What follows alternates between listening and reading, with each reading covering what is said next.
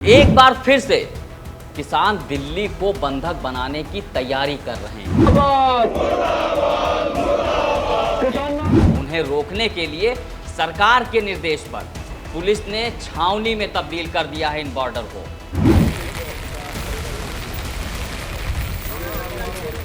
ये कुछ तस्वीरें देखिए आप, जिसमें आप देखेंगे कि किस तरीके से किसान जो है वो लगातार पंजाब, हरियाणा और राजस्थान जैसे राज्यों से दिल्ली की ओर आ रहे हैं। 2020 का वो दौर आपको याद होगा जब किसानों ने पूरी दिल्ली को बंधक बना लिया था। सरकार की लाख कोशिशों के बाद भी किसान टस से मस नहीं हो रहे थे और पूरी दिल्ली के लोग त्राहिमाम कर रहे थे। सरकार उनके सामने कुछ नहीं कर पा रही थी और वो लगातार प्रदर्शन कर रहे थे क्योंकि वो 3 कृषि कानून को वापस कराने की मांग कर रहे थे। आखिरकार सरकार घुटनों पर आई और सरकार को इन तीनों कृषि कानूनों को वापस लेना पड़ा था। एक बार फिर से किसान दिल्ली को बंधक बनाने की तैयारी कर रहे हैं। वो दिल्ली की तरफ कूच कर चुके हैं। पंजाब, हरियाणा जैसे राज्यों से किसान एक बार फिर दिल्ली कूच की तैयारी कर रहे हैं। वो दिल्ली के बॉर्डर तक पहुंच चुके हैं। उन्हें रोकने के लिए सरकार के निर्देश पर पुलिस ने छावनी में तब्दील कर दिया है इन बॉर्डर को।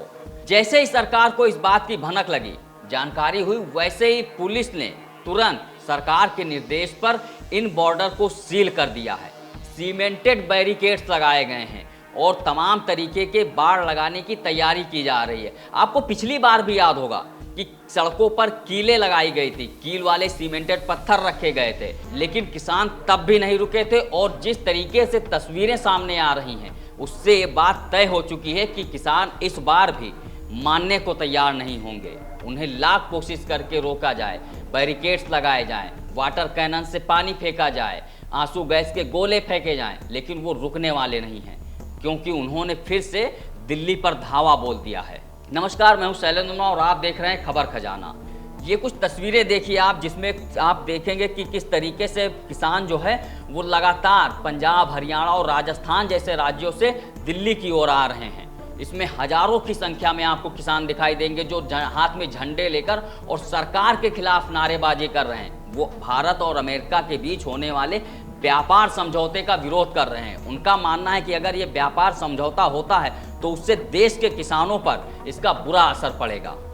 अब आप ये भी समझ लीजिए कि भारत और अमेरिका के बीच जो व्यापार समझौता होने जा रहा है, जो अंतिम चरण में है, बैठकों का दौर जारी है और माना जा रहा है कि जल्द ही सरकार इस समझौते को कर लेगी। लेकिन इस समझौते के तहत वो कौन सी बातें हैं जो किसानों को विरोध करने पर मजबूर कर रही हैं? किसानों का मानना है कि अगर ये समझौता अमेरिका और भारत के बीच होता है तो उससे जिसका जो असर पड़ेगा वो किस तरीके से होगा वो आप समझ लीजिए। किसानों को आशंका है कि कम आयात शुल्क पर सोयाबीन, मक्का, कपास, सेब और बादाम जैसे अमेरिकी उत्पाद भारत के बाजारों में भर जाएंगे, जिससे स्थानीय उपज की मांग कम होगी।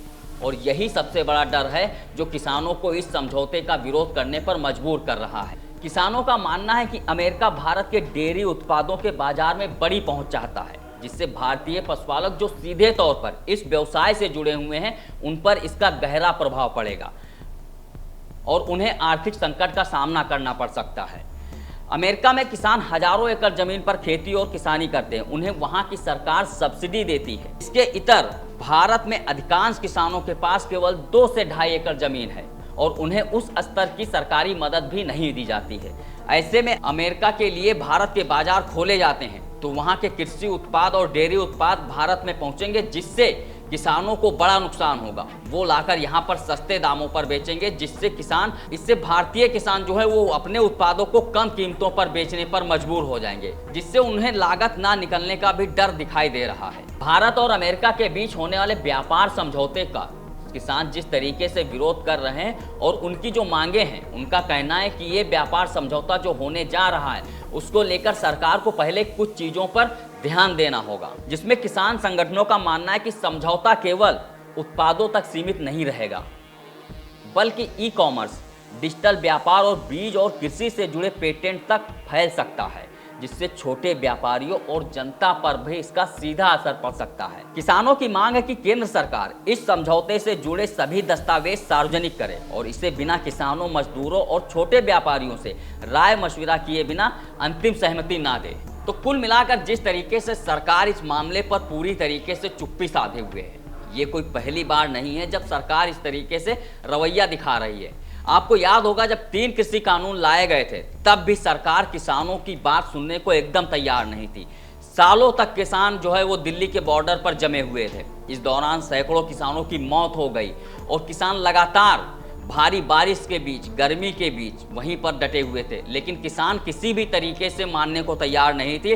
हालांकि जब सरकार को लगा कि उनके हाथ से पूरी तरीके से मामला निकल चुका है और पूरे देश का किसान एक सुर में आवाज लगा रहा है 3 कृषि कानून वापस किए जाएं, तब जाकर सरकार को समझ आया था कि इन कानूनों की वजह से पूरे देश का माहौल खराब हो रहा है और कहीं ना कहीं सरकार को इससे बड़ी परेशानी का सामना करना पड़ सकता है। जिसके बाद प्रधानमंत्री मोदी ने टीवी पर आकर एक दिन अचानक से घोषणा की कि तीनों कृषि कानून जो हैं वो सरकार वापस ले रही है। ये किसानों के हित को देखते हुए फैसला लिया गया है। हालांकि जिस तरीके से व्यापार समझौते को लेकर सरकार का स्टैंड है और सरकार का जो नज़रिया है वो एकदम साफ दिखाई दे रहा है कि इस मुद्दे पर सरकार पीछे हटने वाली नहीं है।